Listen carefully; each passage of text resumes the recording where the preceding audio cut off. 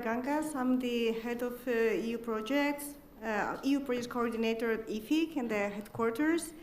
We're very happy to be co-chairing this session for you. And I'm going to do the running for questions, and Pilar is going to do the introductions. Yeah, we agreed on that. So we are going to try to be quick on the presentations to give you some space for posing questions. Just to remind you that you could pose questions here in person. Just raise your hand after the presentation and we'll give you the microphone. Please don't speak until you have the microphone because we have people online. But you can also use the app, and you have there a Q&A, leave Q&A, and you can pose your questions there, and the presenters will be responding them to you. So let us start with Vincenzo De Luca. He's coming from the Department of Public Health, Università, degli Studi, in the Napoli Federico II, and his presentation will be of an IT-supported multidimensional approach for frailty screening in community dwelling. This is so difficult, Vincenzo. An IT-supported multidimensional approach for frailty screening in community dwelling older adults. Thank you so much for being here. Thank you, Pilar. I'm very glad to be here today to present the approach we are developing in Italy because this initiative that I am presenting is an initiative of Promise, that is the Italian Ministry of Health network of the regional health system. So it includes all the Italian region. The context is what you know very well, that the demographic change and the growing burden of chronic disease are leading our regional health system to a paradigmatic shift from reactive approach to disease to a preventive approach that aims to let the older adults to live longer in an independent way and with better in a better condition. The main issue that the regional health system need to address is frailty. Frailty is the physiological reduction of the functional reserve, and that led to an increased risk of fall, hospitalization, and in some cases death. So what we aims with our model, with our approach, is to identify at the early stage the risk factor that influence the frailty in older adults, taking in consideration not only the medical, clinical risk factor, but in a biopsychosocial approach to frailty, also other factors that are very important in frailty detection, that are environmental, educational, and psychological and economic factors. So our study is based on a chronic care model. So our idea is to create a model that in which the patient is at the center and has an active role in the self-management of disease that they are affected, and a proactive healthcare professional that are out of the hospital and take care of the older adults, using also the resources that are available in the community. The specific objectives of our approach is to identify screenings, a new screenings model for frailty in community dwelling older adults, to identify health promotion intervention to be connected to these screening activities, and new digital solutions that can support communication among the different actors that are part of the management of older adults living in the community, both on the medical point of view and from the social point of view. This approach is part of an activities that started in 2019 when Promise built up a working group at national level, including several professionals from primary care, but also specialists, social workers, nutritionists, physical trainers, all the professionals that interact with older adults, improving their health and well-being. This working group started to identify the tools that are useful for the screening of frailty in community dwelling older adult, and to design an innovative intervention that is personalized according to the specific risk factor that will be identified during the screening activities. We started from the results of a European project that is some Frail project, and during this project has been developed a tool for the screening of frailty that is very simple. It consists of only 9 items, and each item is connected to the specific domains of a biopsychosocial concept of frailty. The further step that we did is to identify some validated tool that could be connected with some Frail for an in-depth assessment of the domain that has been identified at the risk when we submit the some Frail tool. It is complicated, but conceptually it's very simple. So some Frail has 9 items. If one item make an alert on a specific risk factors, we submit the validated tool specific for the items that has been identified as at risk. And this create a data set on the population health in the specific domains of the biopsychosocial frailty concept. So this is the tools that we identified for the in-depth analysis in each of the domains of the some Frail. And the next step was to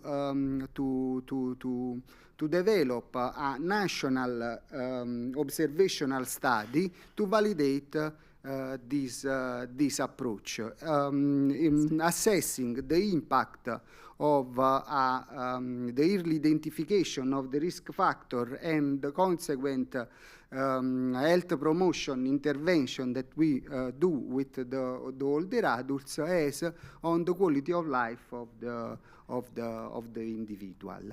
We also developed a platform for the collection of this data and involved several regions in our study. So currently the study involves 7 Italian regions, and the organization involved in the enrollment of patients are organizations that come from different sectors. So the units involved are different. And we would like to demonstrate that this kind of approach could be used by different organizations coming from social care or health care, from primary care or specialist care, etc. Some Frail is the gateway to a set of services that could improve, could act in timely and avoid that the older adults come in a in a condition of frailty.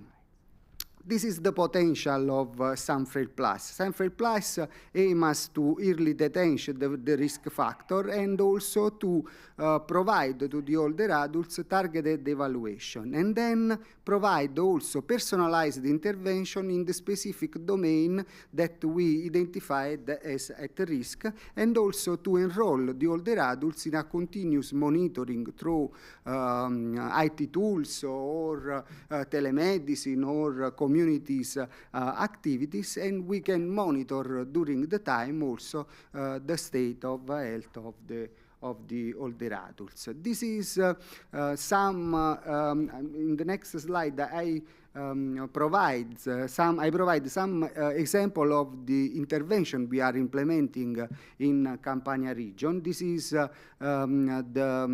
outpatients clinic that we have in our hospital for the prescription of adapted physical activities. So if we detect through some Frail a risk factor on physical activities, we can indicate to the older adults to have a visit at our outpatient clinic, and then the patients will be assessed in their functional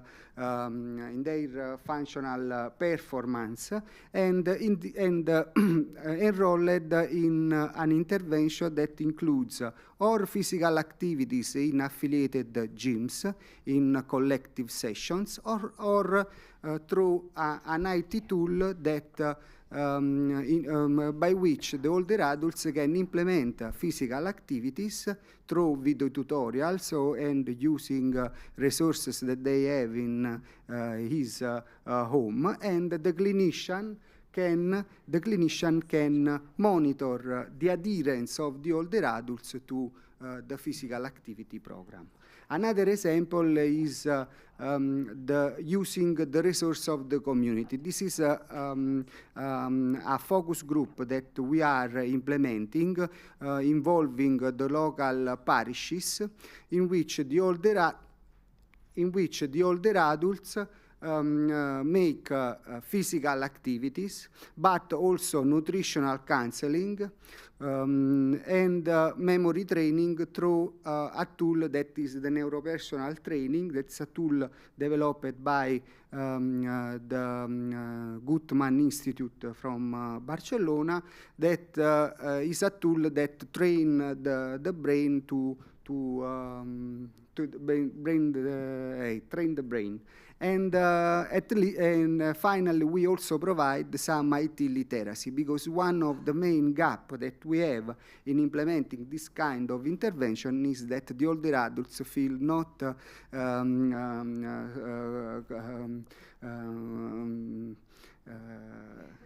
they are not so confident with the digital tools, and this make them stressed, and the dropouts is high.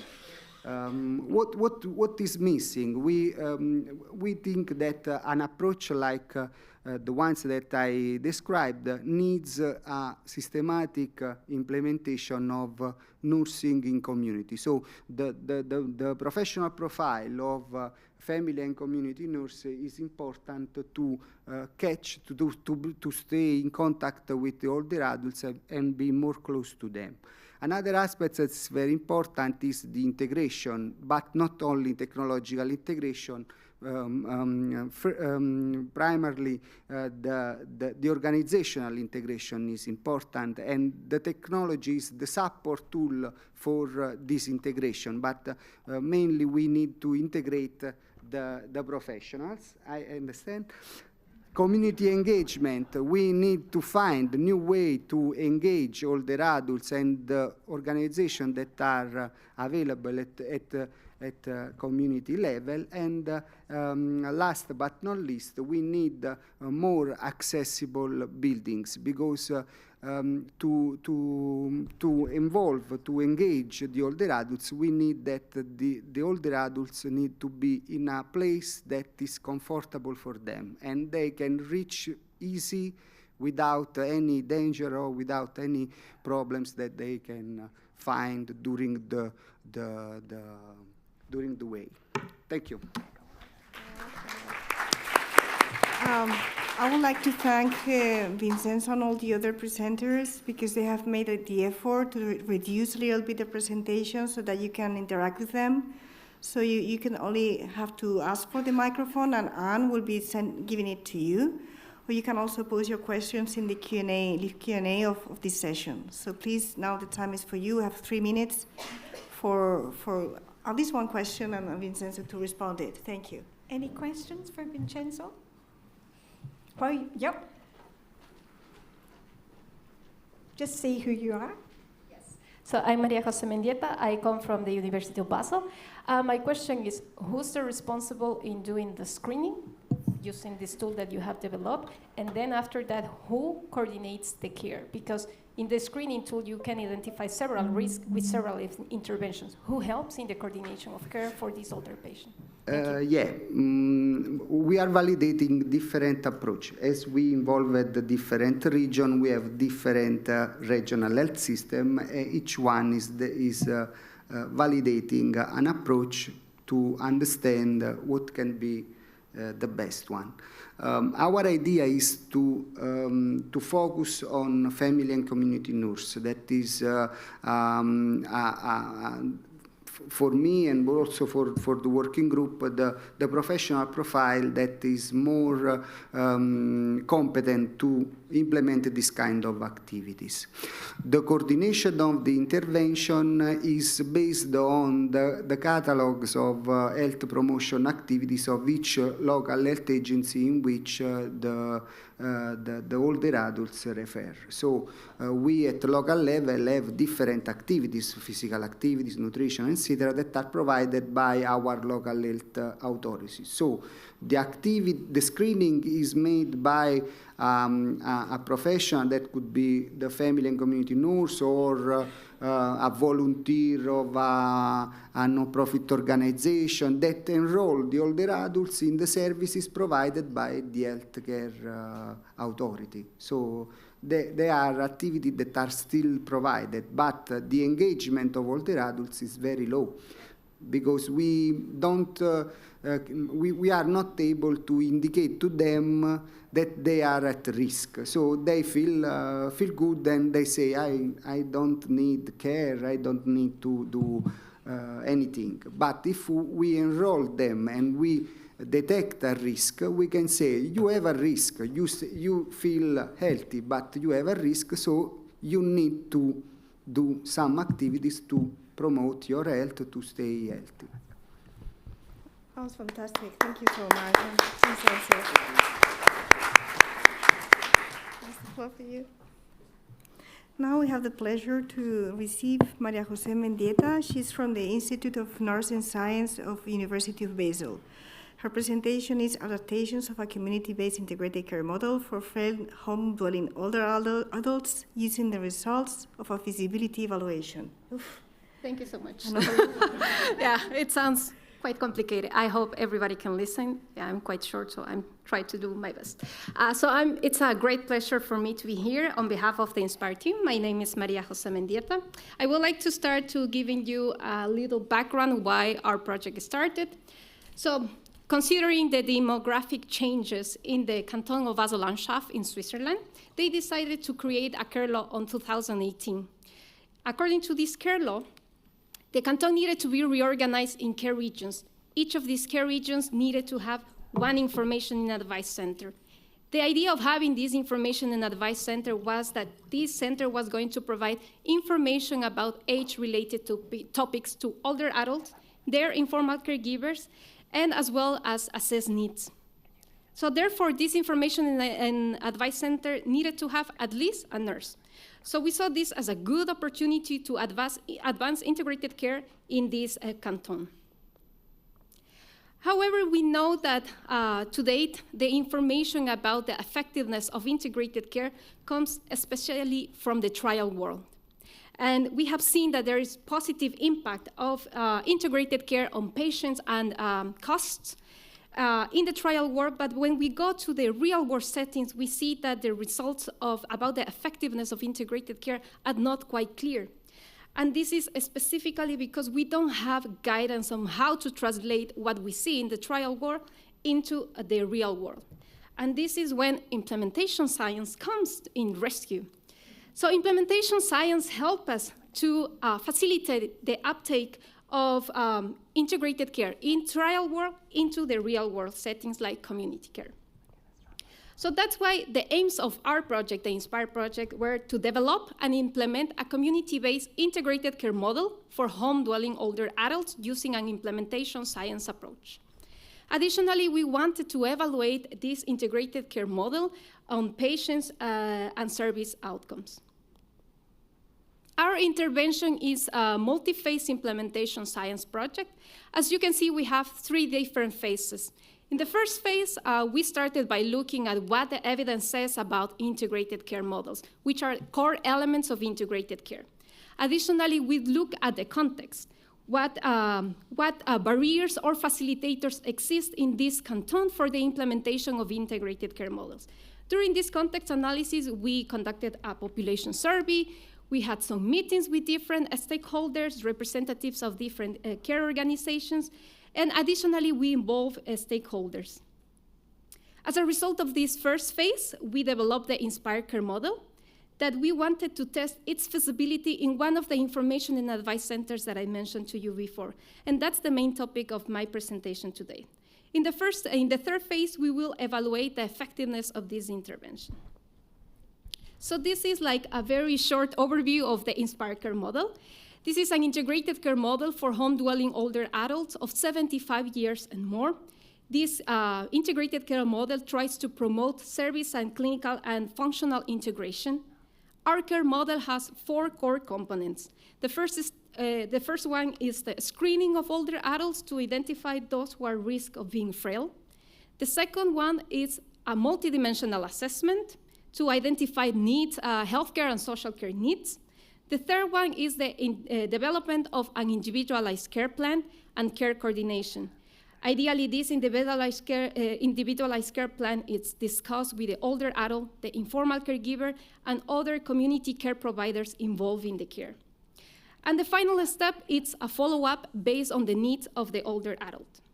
But our care model also has some peripheral components. Peripheral components mean components that we can modify in order to facilitate the implementation of this intervention. For instance, in our case, the place of delivery, either in the center or at home. The format, the frequency of appointments, because it really depends on the complexity of the older adult. The assessment tools, or the personnel delivering the intervention. So in this phase 2, we wanted to assess the implementation of this integrated care model in one of these information and advice centers on one care region of this canton, Basel and Shaft. But as this center was new in the community, a first step in this phase was to support the manager of this center in identifying implementation strategies to promote the center in the community. As a new service in the community, people needed to be aware of the service, also community care providers, so they could refer patients to this new service in the community. And the second aim of this feasibility phase was to really assess the implementation of the intervention there by looking at the acceptability, the feasibility, the fidelity, and the reach from different perspectives. The perspective of the older adult, the informal caregivers, the staff delivering the intervention, and the community care providers collaborating with the center. For this study, we used 2 different types of designs. For the aim 1, we use a pre-experimental design, and to cover the aim 2, we use a parallel convergent mixed methods design. We also collected data from different samples, for instance, all the visitors of the center, older adults of 65 years and more. We also have a nested sample of older adults 75 years and more who received the intervention, informal caregivers, the staff delivering the intervention, and the community care providers who collaborated with the staff in coordinating care. We collected different kinds of data, quantitative data and qualitative data. So as results, first, as I told you before, we wanted to support the manager by identifying which strategies based on theory we could use to promote the center. So using an implementation mapping approach, we selected these 7 implementation strategies that later were reorganized in bundles for each target group of community care providers. But additionally, as identifying the implementation strategies, we also wanted to monitor the delivery of these strategies, because it's not just identifying, it's also delivering them. However, we saw that delivery of the strategies was very low, only 64 compared to what we planned. We as research team planned something different, and what was delivered was only 60% of them. And when we look at the people who visited the center, we saw that 475 older adults, 65 years and more, visited the center between January and September of 2022. From this population, the majority were older adults of 75 years and more, 362. And this population, the population of 75 years and more, were the population targeted for our Inspired Care model. So from this population of 75 years and more, we identified those who were frail, and we identified that 162 were frail. However, only 45 received the Inspired Care model. So therefore, the reach of our intervention was only 4.5%. And when we look at who referred these older adults to the center, it was very interesting to see that actually most of them self-refer or were referred by the informal caregivers. We have just few referrals by social care organizations or family physicians. When we look at how the intervention was delivered, we saw that the fidelity in delivering the core components of the intervention ranged between 58% to 81%. The screening, we didn't have major problem. We have some problems with the multidimensional assessment, specifically because in the majority of cases, the intervention was done at home. So in some cases, for instance, you want to assess functionality with some tests like the time up and go test. You need 3 meters at least to do this test, but in the majority of cases, these older adults have a lot of stuff, so we could not make this test. And we saw major problems with care coordination and follow-up, and I'm going to tell you why. So when we look at the acceptability among the older adults who received the intervention and the informal caregivers, well, they were actually very satisfied. Caregivers mentioned that it was a great relief for them to know that there was somebody else there to support them, so they don't feel alone anymore. For the clients, the older adults, they feel that they were satisfied with the service. They feel that the service was 5 stars. But also, some of them, they mentioned that they feel that they didn't need the service. It's also important to mention all these things. But we never had any bad reaction to the care model. Regarding the feasibility of the care model itself, the older adults, the informal caregivers, and the staff feel that the care model is feasible. However, when we ask to the staff, they mention that they have some challenges in the screening and the multidimensional assessment, especially in people with dementia, because we still included people who had dementia as part of the inclusion criteria. Also, another challenge that they reported is the lack of time to conduct the follow-up and some communications problems with the care providers, because the care providers didn't recognize the authority or the presence of this new service. They had some problems in the communication. They really didn't trust this new staff of this new center. So what we learned after doing all this study is that for successfully implementing integrated care in the community, first, we need to work with existing organizations. There are some other organizations in the community that we could actually work with, that they are already established there. Additionally, if you could remember, we saw this low delivery of the strategies to promote the center. That actually reflected that the leadership of the manager of this center was not as good as we expected. So also to successfully implement integrated care, we actually need strong leaders. And finally, we need innovative environments, really organizations that they are open to make big changes in the organizations and also open to listen what evidence says. And finally, some adaptations as well to the Inspired Care model. This is just to improve the fidelity, as I mentioned to you before. After doing this study, we actually realized that that the intervention is mostly done at home. So we know now that the intervention will be done at home. That the number and duration of appointments, you cannot have a fixed number. It actually really depends on the complexity of each older person. And regarding to the multidimensional assessment and staff, at the very beginning, we dreamed that this was going to be done by a nurse in collaboration with a social worker. But the reality is that it was done mainly by the nurse. And it also relieved the burden for the older person of having like so many people coming and asking questions. And a good thing about this is that after that, the findings of the multidimensional assessment were discussed with the social worker, and together they developed the care plan. So thank you so much for paying attention to my intervention, and I'm very happy to answer any question. And this is the Inspired team. We are a big group, and yeah, those are our supporters. Thank you.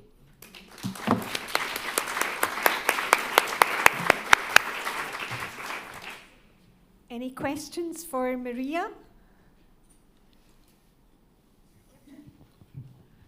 Hi, thank you for this very inspiring talk. We're actually embarking on this journey now in the Netherlands. And I was wondering, could you elaborate a bit on the screening process? So how do you... Yes, sure. Actually, I was asking to the colleague here as well, because ideally what we thought it was that it was going to be done by the GPs. So in our dreams, that was what was going to happen. But actually, we had problems because, whatever activity that they do, they need to charge for that. And yeah, we are not paying for that. So then we needed to adapt this, and the screening was done at the center.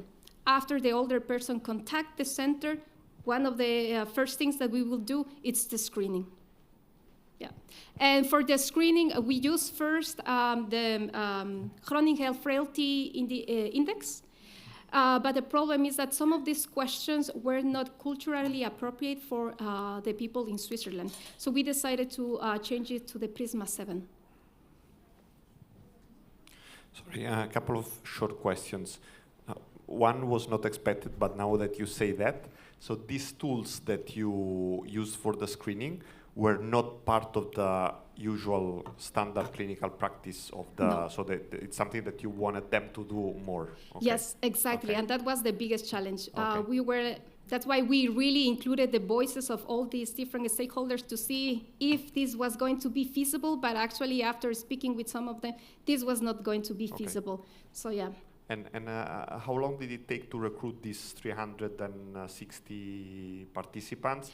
And what's now the plan? I mean, once you have, studied the impact and the barriers and facilitators and so on, are you going to a larger scale? You are planning to adjust things, or? Yes, so actually, the plan for us for the next phase is that we are going to work with an organization that it's present in all the cantons in Switzerland. It's a home care organization, and they are very open to implement integrated care as one of their services. So for us, that's also very promising, and that's what we will do for the next phase.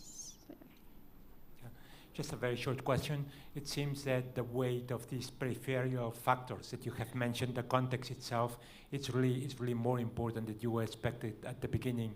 Any reflection about that? Yes, actually, we learned a lot from that, because at the very beginning, what we did is contextual analysis of the whole canton. And then we thought that we could extrapolate these results for the specific setting where we were going to implement, but actually we had a difference, some minor differences, but at the end they have a huge impact. And something that we actually didn't expect that was going to have a huge impact was the leadership. At the very beginning, we had a lot of engagement of the manager, but the manager seemed that he actually didn't understood the importance of integrated care. So for us, it was difficult because it's not a research team is leading the center. It's that we were supporting this manager, but I think that there's a lot of evidence of how important is leadership in integrated care. Thank you so much, Maria Jose. Thank That you. was amazing. Oh, this has been such a lively and interesting session. Thank you so much, all of you. Now we have the pleasure to have Emilie Kauffeldt Wegener with us. She comes. Thank you. Yeah, she comes from the University of Copenhagen, and her title is Co-creating a Conversational Agent Aiming to Increase Well-being and Avoid Social Isolation with Older People with Frailty or Impairments. Thank you so much for being here. Thank you. Yeah, sorry, I also have a very long title for my. So yeah, you know, my name is Emilie Kauffeldt Wegener, and I work as a research assistant at University of Copenhagen. And today I want to tell you about how we co-created a technology for and together with people with frailty and impairments. And so to start at the end, the technology we ended up designing is a conversational agent. It's a web-based navigator that has predetermined conversations, unlike a chatbot. And the aim with the CA is to support mental well-being and avoid social isolation based on input from this patient group. In this case, it actually is people with COPD throughout the entire design process. And so currently the CA, or conversational agent, is designed to assist the users within 3 features, which is my health, daily activity, and sleep. But before I go more into how we identified these features, I will give you a little bit of background. So this process is a part of an EU collaborative project between Norway, Denmark, the Netherlands, Canada, and Greece, and it's called SMILE, which stands for Smart Inclusive Living Environments. So as we have already established, the number of a population aged 60 and over is increasing, which also means an increase in people in risk of multimorbidities and frailty and social isolation. So to address this, SMILE aimed to enable older people to live an independent and active life irrespective of this frailty or physical or cognitive impairment, using e-health solutions to support them in their everyday life, developed with them. So the conversational agent is designed through a co-creation process. The process started in May 2021 with recruitment and initial interviews before we started co-creation workshops in 3 phases. And this process ensured the inclusion of the participants throughout the entire design process. So next up will be that a version 2 prototype will be finalized this month, and then we will launch in September and then evaluate afterwards. So in this presentation, I will focus on the parts highlighted in the timeline.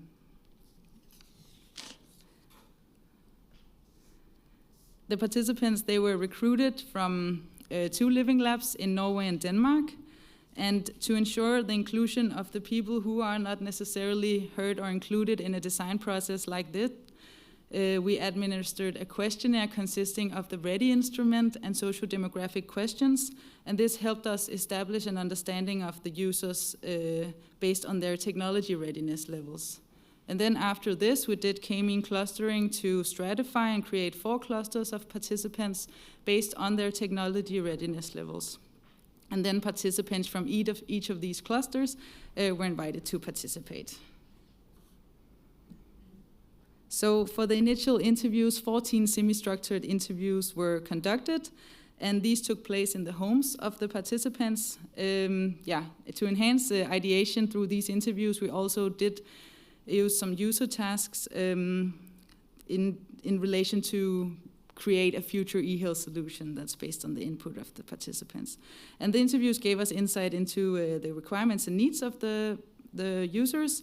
And here we found a variety of different needs, like daily measurements written on paper, air quality in their homes, nutrition, liquid intake. Some focused a lot on sleep, and some didn't worry about that at all. So we got a broad variety of different input from these initial interviews. And then the themes from these interviews were analyzed and then discussed at a workshop with all SMILE partners. And here we identified 9 specific areas of interest as you can see here. I'm not going to read them all aloud because I'm sure the time doesn't allow. But these were the 9 areas that we found. And then these 9 areas of interest were presented to the participants at the first phase workshops. The participants at these workshops were encouraged to ask questions and share their thoughts openly about the themes and about what would make these themes meaningful to them, so also elaborate on them. And then the participants were asked to write down on Post-its the 4 themes that they found the most valuable and that would meet their daily needs the most. And here we found that the participants found clinical condition relevant as they wanted to be informed or find reliable facts about their health condition, and social health as they wanted to be or maintain a socially active life, and physical activity because they wanted to be encouraged to set up own goals and be able to achieve these, and then sleep because they wanted to learn how to sleep better and enhance their sleep quality, because a bad night of sleep would just ruin their day entirely. And these 4 features were then added to a CA mock-up. Moving on. So in the phase 2 workshops, the participants were presented to this CA mock-up that was developed and to discuss the interface and the features. And here the participant gave us a lot of good input, and they asked for a feature that could help them learn how to communicate and navigate in the conversational agent, so we added an onboarding feature to do that. They also argued that the feature's social and physical activity should be gathered in one, called daily activity, for different reasons. One reason was that social activity and physical activity for them was often connected, or that they at least wanted them to be. And this could be through walking groups or long choirs, and there was a lot of different good examples.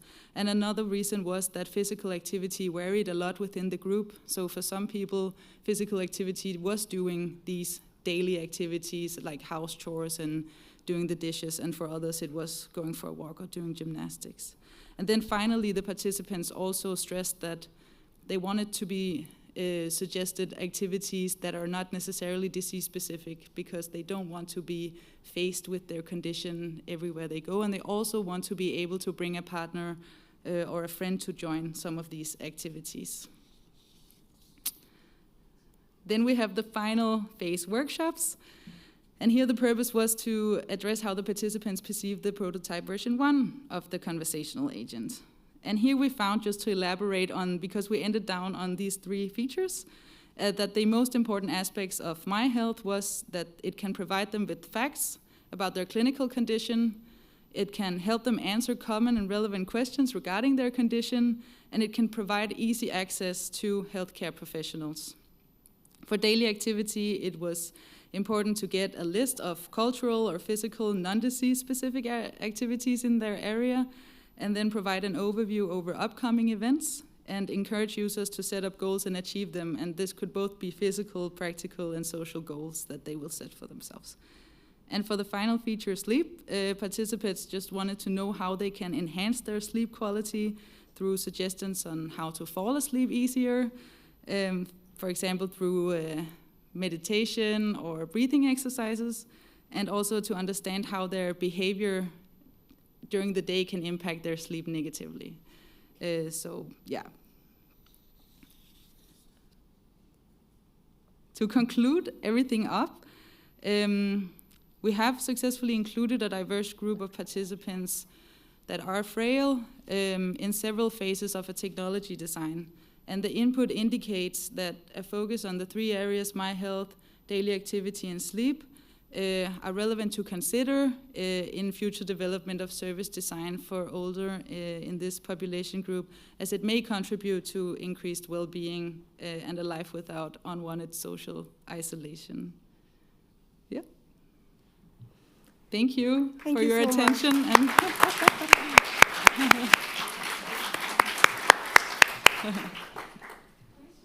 Emilie?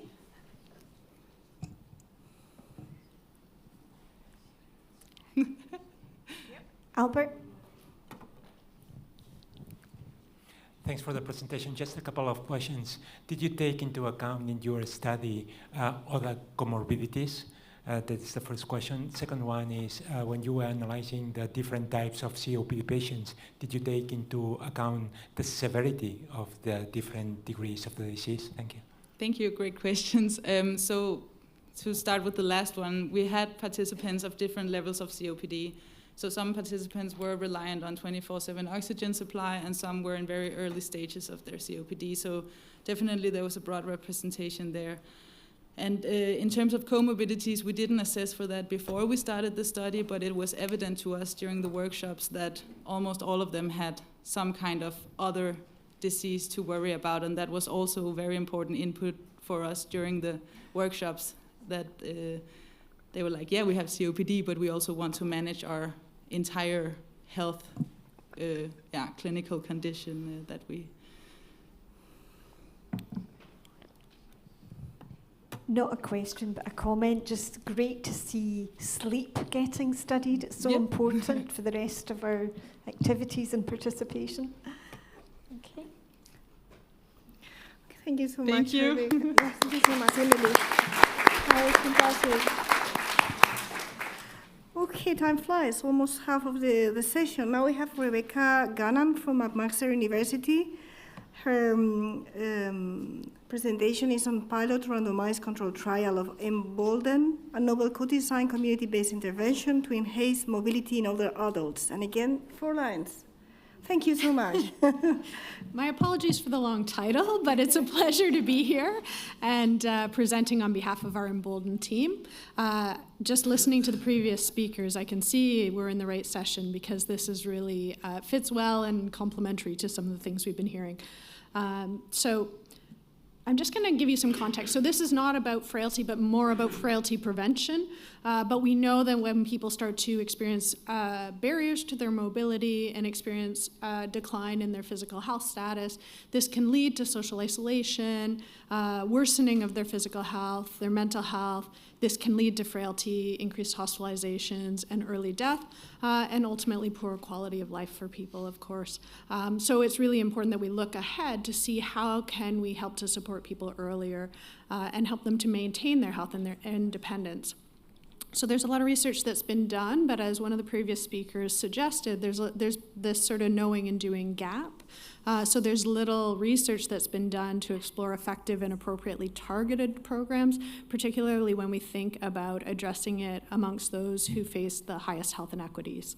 And so what was required was to look at an integrated model that addresses, as we're all talking about here, sort of integrated health and social care, thinking about individuals' lifestyle preferences, what their personal preferences are. We also knew that when we started in this work, we knew it was really important to build on the existing assets that were available in the community in terms of community and social services, and that we needed to really build on those existing assets to look at real-world impact. So the goals of this program are to promote physical and community mobility of older adults, and we looked at older adults who are living in communities that were experiencing high health inequities.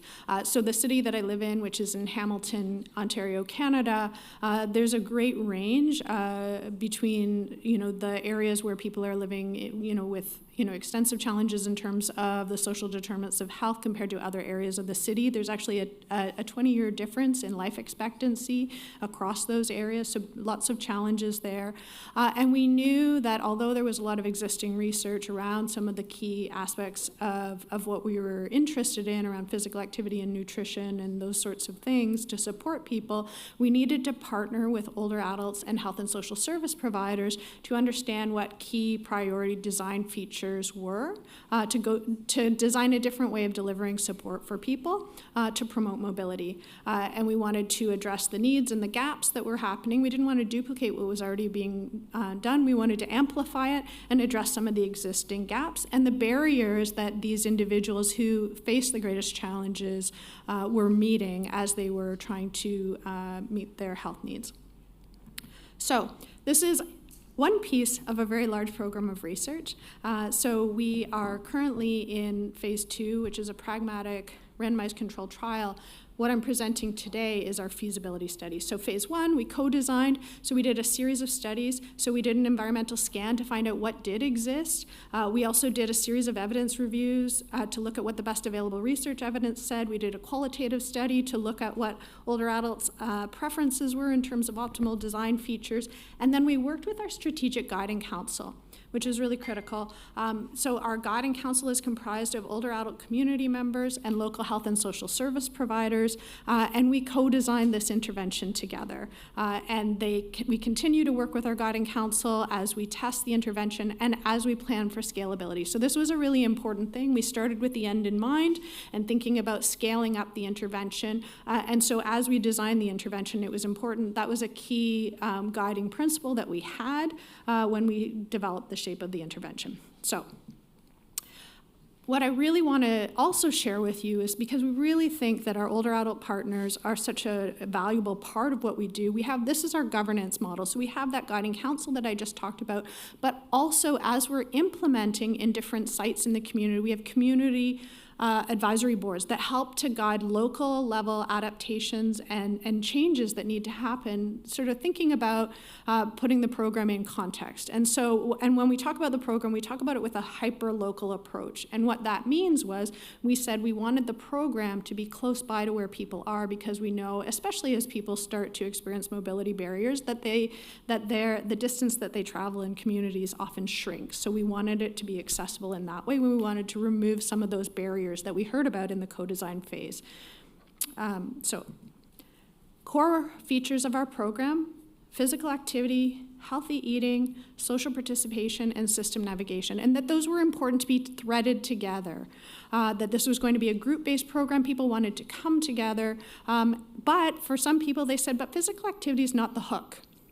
We want to meet people, we want to connect with others, we're feeling slightly isolated. Okay, if you want us to be active, we'll do that. And okay, we could probably learn a little bit more about healthy eating. But really, they wanted to connect with others in their community, and they needed to know what was out there, because they didn't know what some of those existing assets were.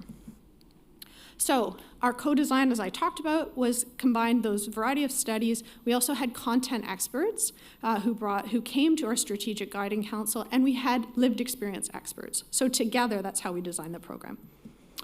So today I'm talking to you about this pilot randomized controlled trial. So we were looking at exploring the feasibility and implementation of this intervention to improve mobility in older adults, and in preparation for the larger trial that is now underway.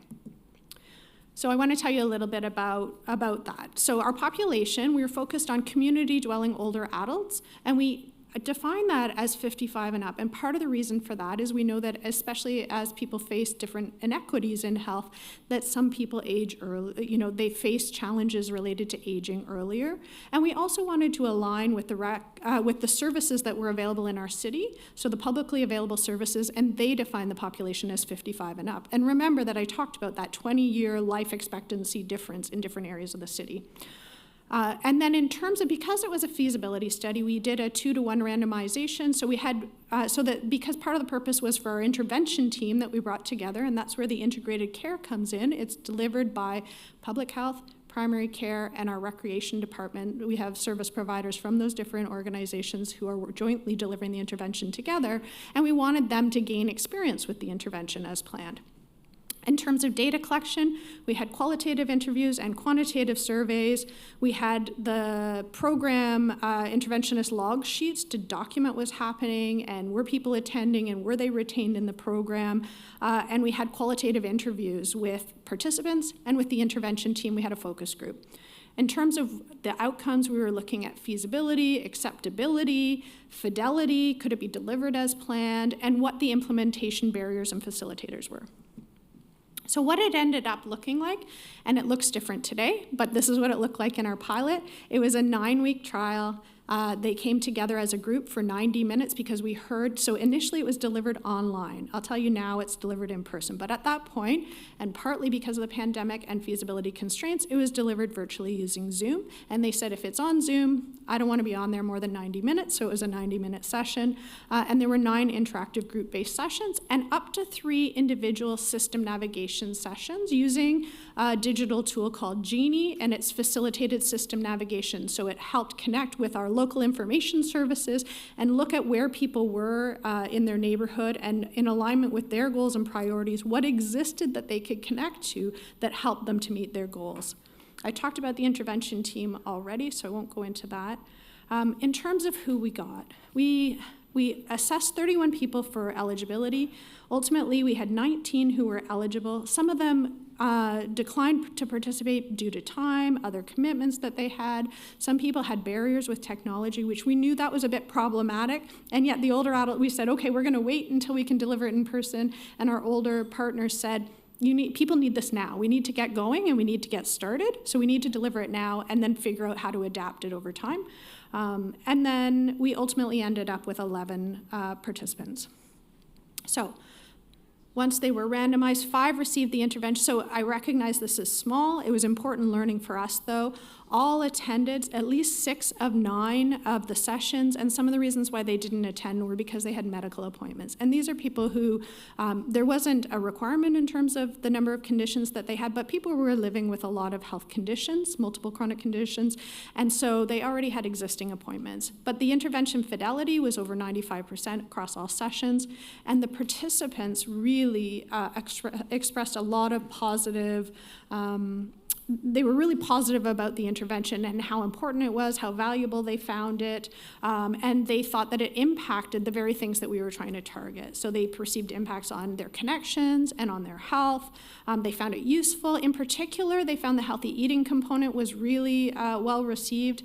Not surprisingly, socializing virtually was a challenge. And then the intervention team talked about how important it was that they gained experience, and we saw them grow into the role over time. So what do I want you to hear? I want you to hear about some of the things that people found.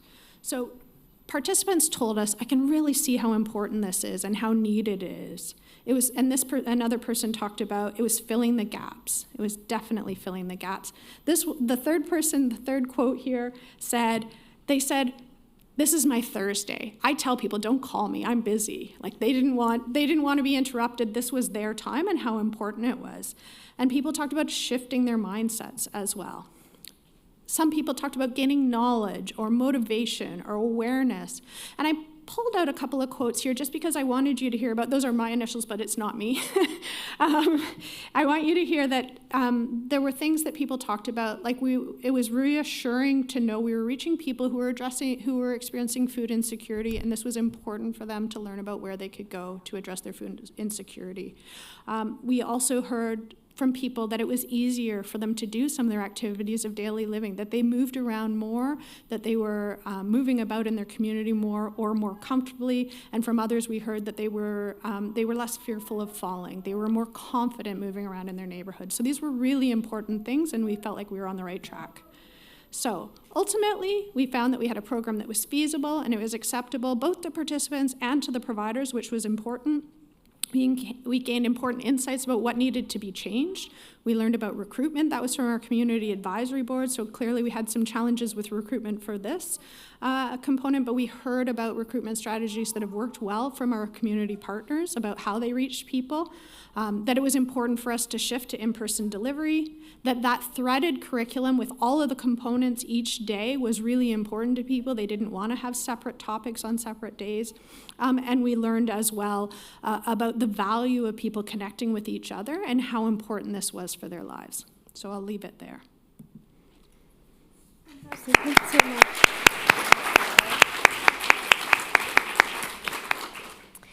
We've got a question straight off and then another one down the front. Thanks very much, Rebecca. Sorry, I probably looked very keen there with the hand straight up, but just firstly, congratulations on a wonderful project. Very interested in this myself, and I really like the concept of the environmental scan and the Strategic Guidance Council. I know you touched on it there a little bit towards the end, just around recruitment and that, and it's more just out of curiosity. Were there any learnings or any tips that you could share in terms of trying to recruit, older community dwelling people that maybe, if they're not engaged in services or if they're maybe not already involved in groups and things like that? I suppose, how do we find the unreachables, I suppose, to try and promote research and try and engage them? Yeah, that's a great question. I think quite something that we all grapple with.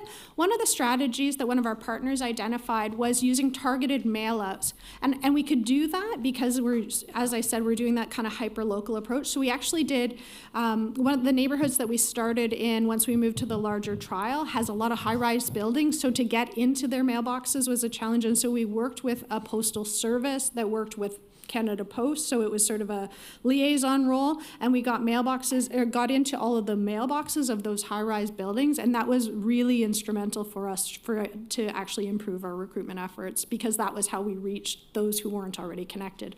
Our other strategies were working through our community partners, but then, as you said, you get the people who are already accessing to some degree. Lars Kaiser, University of Copenhagen. I noticed that you talked about healthy nutrition and then eating module. How did you, or do you have any tips around how do you inform or interact with older people in relation to the recommendations that are quite different from the general populations?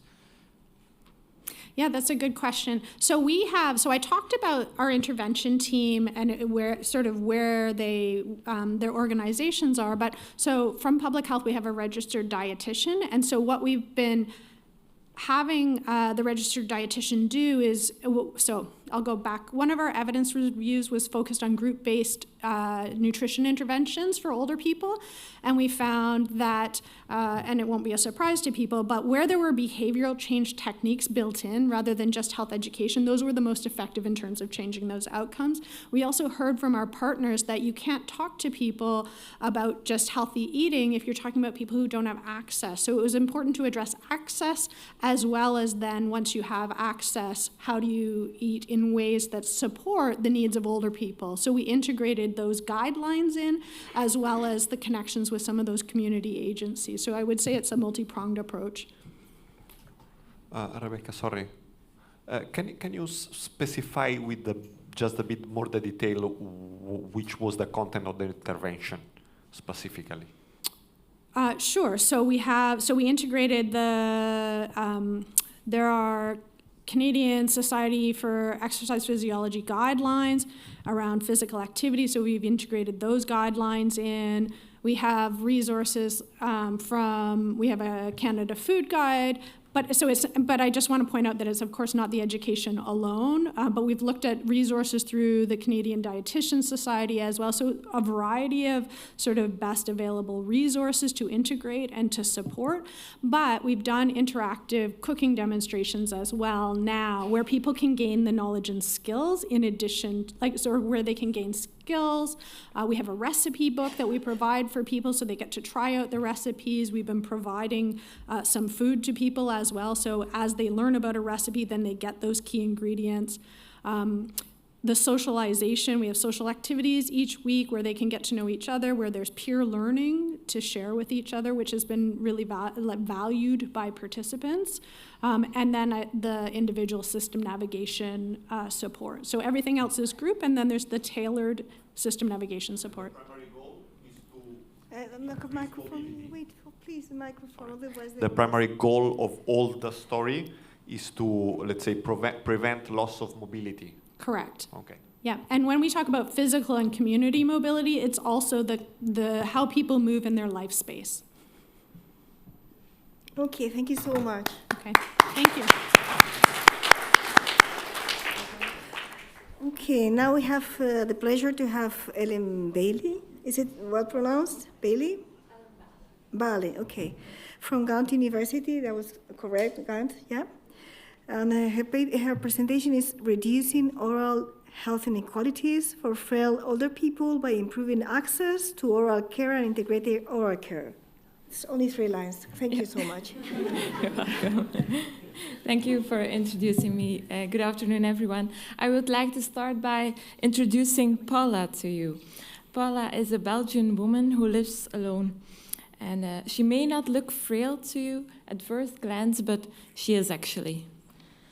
She is no longer very mobile, she has poor hearing, and she takes a lot of medication for various health problems. Paula gets help from several people. Her children help her with tasks like administration, shopping, doctor's visits. In addition, cleaning help and home nurses come to Paula's home. Paula no longer has her own teeth, she has dentures, and she has poor oral health, but she is unaware of it.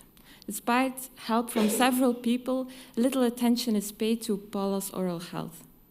Now, why did I introduce Paula to you? Well, like Paula, a lot of frail home-dwelling older people in Belgium have poor oral health, and this is something we want to address with our project by developing a complex intervention. Based on experiences with this intervention, we can provide recommendations at the micro, meso, and macro level. In the next few minutes, we will focus on 3 questions, and we will start with, why is this a problem? Oral diseases are a major public health problem for countries and populations worldwide, although they are often not publicly recognized as such. In 2019, about 3.5 billion people worldwide were affected by oral diseases. On top of that, the burden of oral diseases is not uniformly distributed across populations. The more vulnerable and disadvantaged population groups like frail older people that live at home are disproportionately affected by oral diseases. And studies show that poor oral health among frail home-dwelling older people is partly due to limited access to oral care and insufficient interprofessional collaboration in primary care. If you see these photos, sorry, I know they're shocking. If you see these photos, you can probably imagine that poor oral health can increase the risk for physical conditions like aspiration pneumonia and diabetes. Oral health is seen as a key indicator for healthy aging and is essential for many daily activities like eating, speaking, socializing, etc. Poor oral health can therefore negatively impact quality of life. But the good news is that most oral diseases are preventable through self-care or with simple evidence-based population-wide measures. This means that it is possible to reduce the disease burden and limit negative impacts. The next question is how to address this problem. Therefore, I will show you what approach we have in mind. We want to improve the oral health and oral health care among frail home-dwelling older people in Belgium. And we want to achieve this by improving the accessibility and continuity of oral care and by better integrating oral care into primary care. Our project will be conducted in 3 phases, starting with the needs assessment in phase 1, where we are currently at. For this needs assessment, we will use a combination of qualitative interviews and focus groups. So for the non-researchers, it's like a one-on-one conversations and conversations with a group of people, and quantitative surveys. After my presentation, my colleague Nathalie will elaborate on the preliminary results of the focus groups with professionals. In phase 2, we will develop a complex intervention on 3 levels. On the level of the frail home-dwelling older people, on the level of the informal caregivers, and on the level of the healthcare and welfare professionals. And in doing so, we will work using the intervention mapping approach and the updated MRC framework. Phase 3 comprises of the implementation and evaluation of the intervention. At the end, recommendations can be provided using Valentine's rainbow model. On the micro level, recommendations will relate to how continuity of oral care can be improved for frail home-dwelling older people. On the meso level, these will relate on how collaboration between healthcare and welfare professionals can be improved. On the macro level, recommendations will relate to a health policy that makes it easier for organizations and professionals from different disciplines to work together on oral health improvements. Throughout the project, people can be involved in different ways. And to complete my presentation, I will give some ways on how we want to involve different people in our project. For example, we want to work with a planning group containing different stakeholders. On the one hand, we have partnerships with organizations that can provide support throughout the project. For example, they can help with the recruitment of participants. On the other hand, we would also like to include other experts by experience, such as the frail home-dwelling older people themselves and their informal caregivers, and the healthcare and welfare professionals. In phase 1, we will also consult by doing our needs assessment. And throughout the project, we will also inform about our results and findings. Finally, I would like to mention that, as you can see, I don't work alone on this project. I have a wonderful team to work with. I also want to thank the Flemish Agency for Care and Health to make this project possible. Thank you for your attention, and feel free to reach out to us if you have any questions or suggestions. Thank you.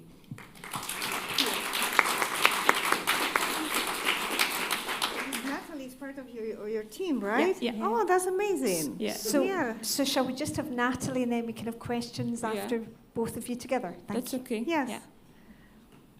Please, Natalie. So, they are part of a team, and they are presenting. I mean, they are presenting related but different presentations. Natalie Hoste from Ganam University. Hoste, is it the right pronunciation? It's okay. Okay. How is it the right one? Tell me. Natalie Hoste. Hoste. Okay. Needs and barrier for interprofessional collaboration in oral healthcare for frail home-dwelling older people. Experiences of primary care professionals in Belgium. Welcome, Natalie. Apologies for the long title. Four again. Good evening, everyone. I will try to distract you from the upcoming reception by presenting a sub-study of the Herodent Plus project, as already explained by my colleague Ellen. And it concerns a focus group study to explore the needs and barriers for interprofessional collaboration in oral healthcare for frail home-dwelling older people. So first, I will explain why we found this study important in our needs assessment, and we will go back to Paula.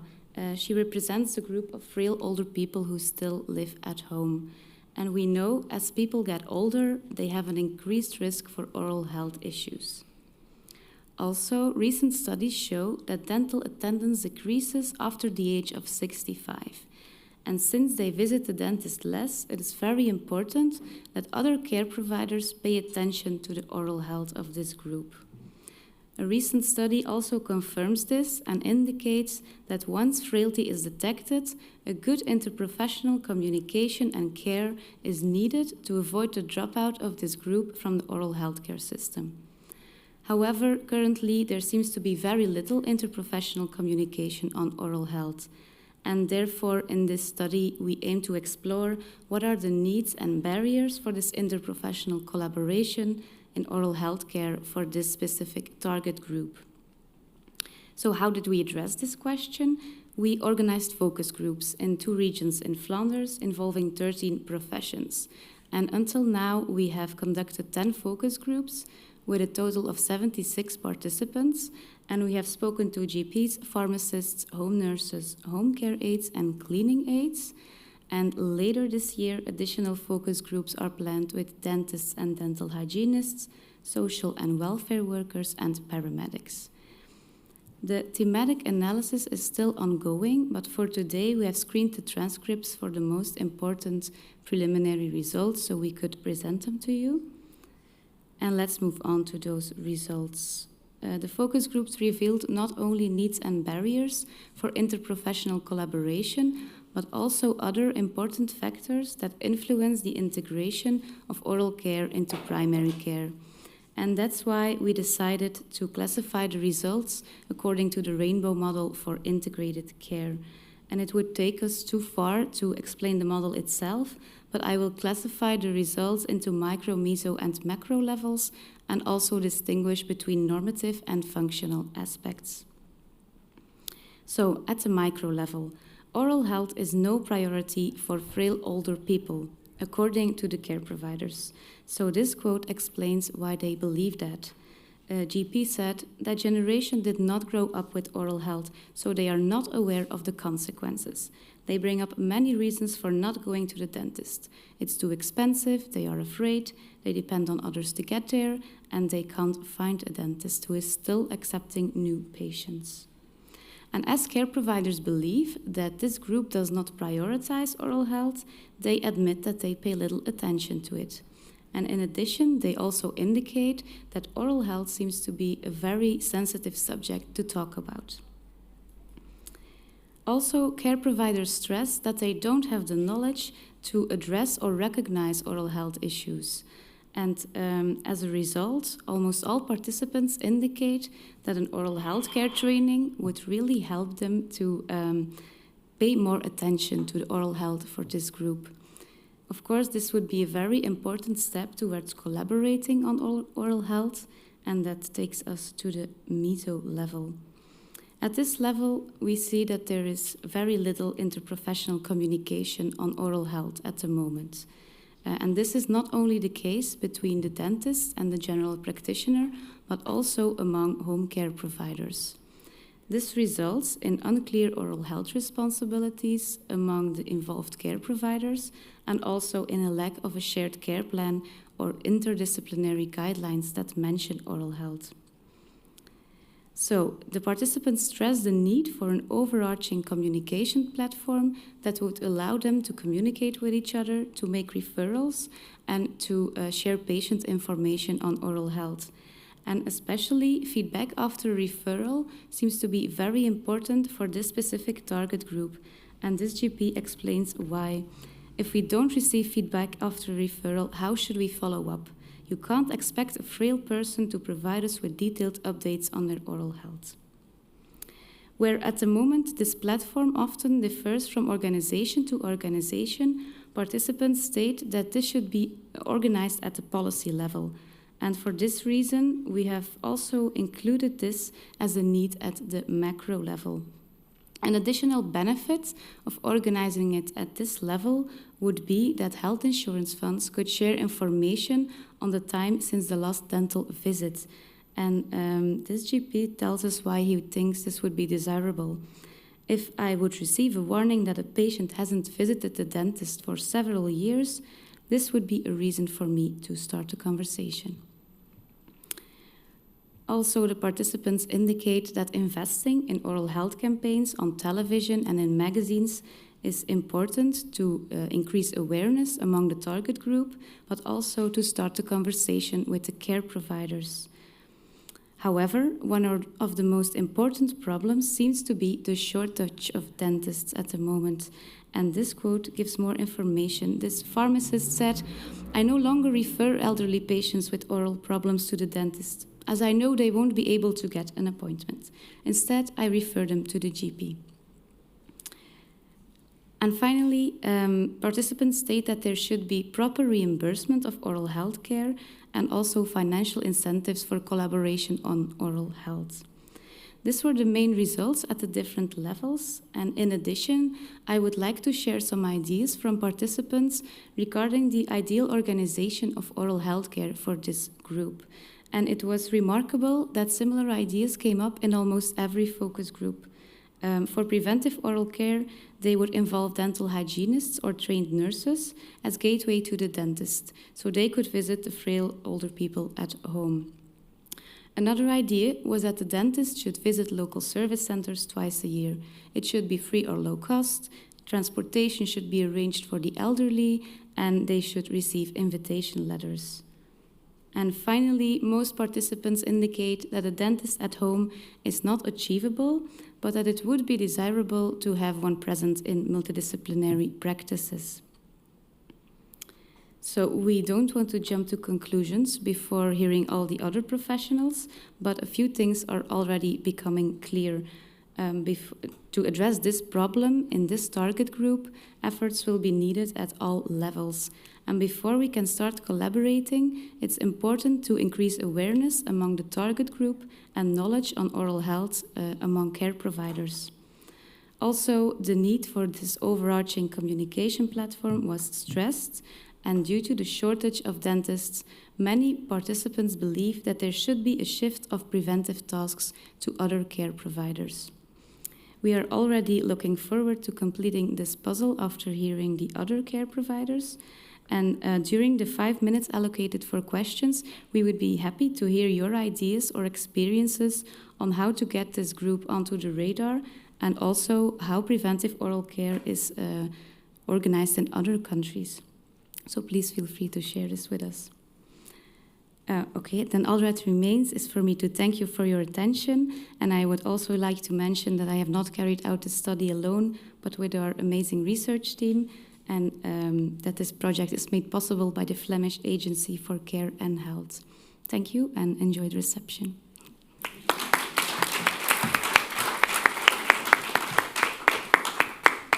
Lots of questions. Do you want the two to come together? Yeah. Thank you. Katrien van de Wegen, Long Live the Elderly program. I have a question for Nathalie. You mentioned that the pharmacist who said if we don't find a dentist, we refer the people to the GP. Does this mean that if the GP asks for an appointment with the dentist, they do get one, or? Do you mean the GP? No, you said we send the people to the GP as we cannot send them to the dentist. Do you have any experience that if the GP tries to get an appointment with the dentist, this works better? Yes, they try to do that sometimes, but a lot of GPs indicate that they did this earlier, but now they gave this up because they also noticed that they put a lot of time and effort in trying to reach dentists that still accept new patients, but that it's really too difficult.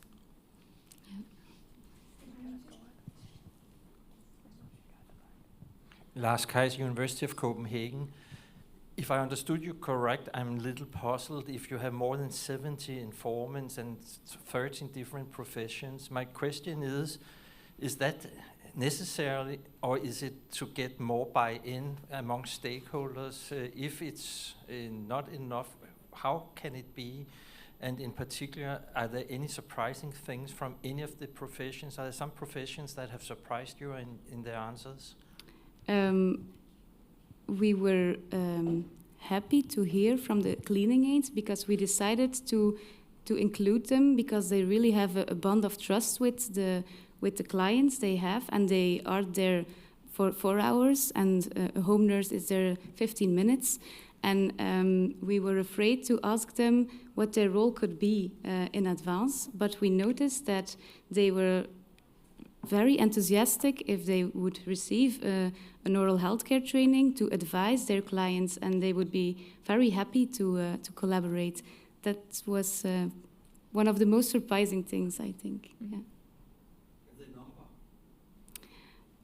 I don't know if I understand that question correctly. The number of the participants, if it's necessary to have so many, well, we wanted to organize, we have 2 regions where we wanted to organize the focus groups, and we want to have one conversation with a homogeneous conversation with the same care providers. Yeah,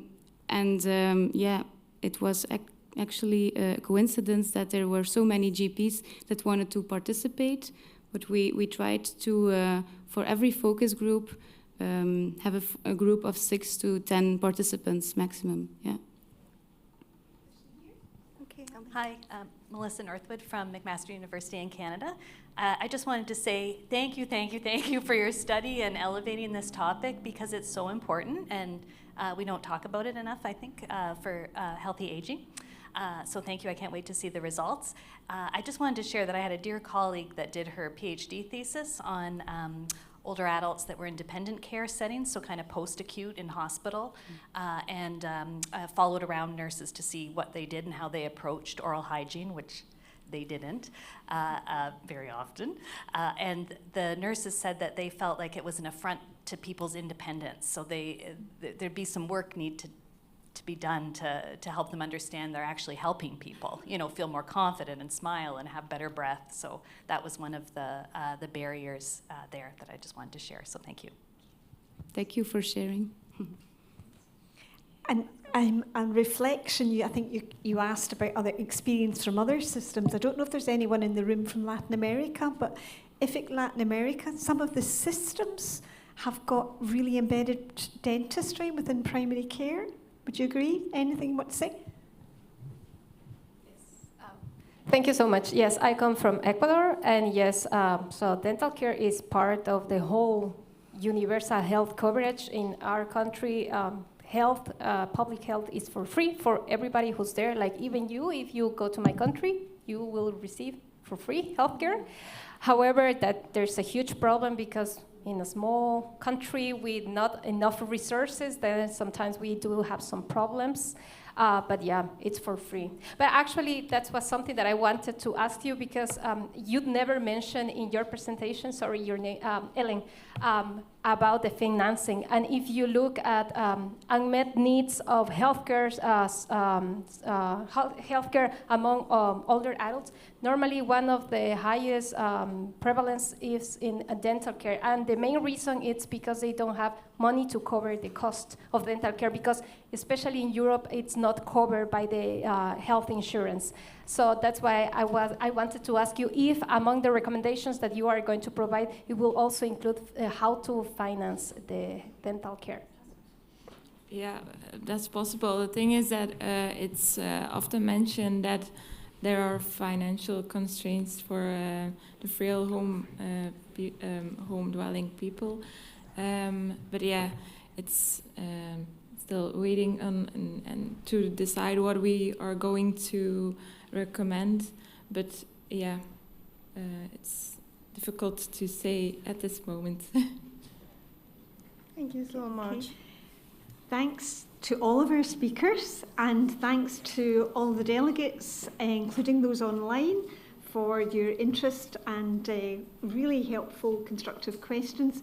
If you enjoyed this session, remember to connect with the Ageing and Frailty Special Interest Group on the IFIC platform, and then you can stay connected with the conversation. Thank you so much, everyone. It was an amazing session. I really enjoyed it, and it was very complimentary. All the presenters were really to the point, on time. Thank you all for the effort that you made, and now you can go for a drink.